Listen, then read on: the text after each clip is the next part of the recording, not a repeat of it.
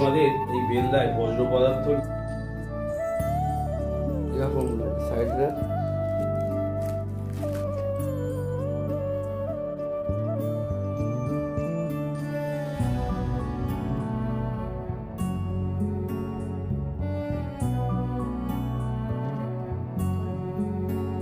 আমাদের এই বেলদায় বজ্র পদার্থ নিয়ে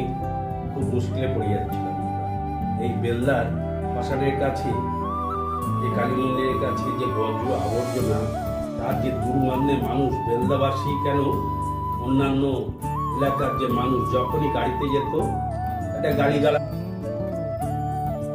এরকম সাইডে